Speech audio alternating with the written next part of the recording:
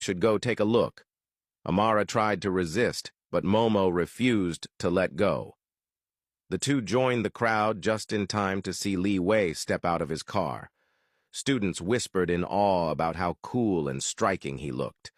Amara stood quietly, watching him as he walked with effortless confidence, the crowd's eyes following his every move. To her, it felt strange. This was the same man she had lived with, spoken to in quiet moments, and even helped through his nightmares. Yet now, standing among all these strangers, it was as if they had never met. Their worlds felt so far apart, as though they belonged to entirely different realities. Liwei's gaze briefly swept across the crowd, landing on Amara for the smallest fraction of a moment. Their eyes met, but he quickly looked away and continued walking. Something inside Amara shifted at that moment. She realized she had been foolish to even think about having feelings for someone like him.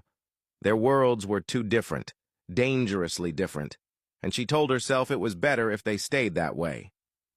Momo, still standing beside her, noticed Amara's thoughtful expression and teased her, asking if she also had a crush on him. Amara shook her head immediately. Momo scoffed, saying she found it ridiculous how women fawned over him. Yes, he was attractive, but she was convinced his character and attitude were far from ideal. He was nice to look at, she admitted, but definitely not worth getting close to.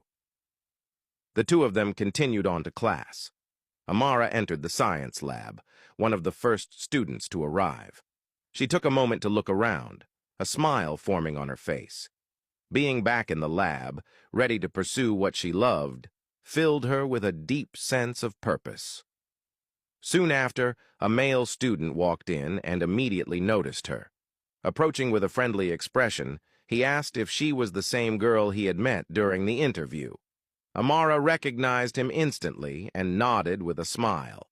He introduced himself as Kevin, explaining that he had been rooting for her that day and had felt disappointed when she didn't appear in class, thinking she must have failed the interview.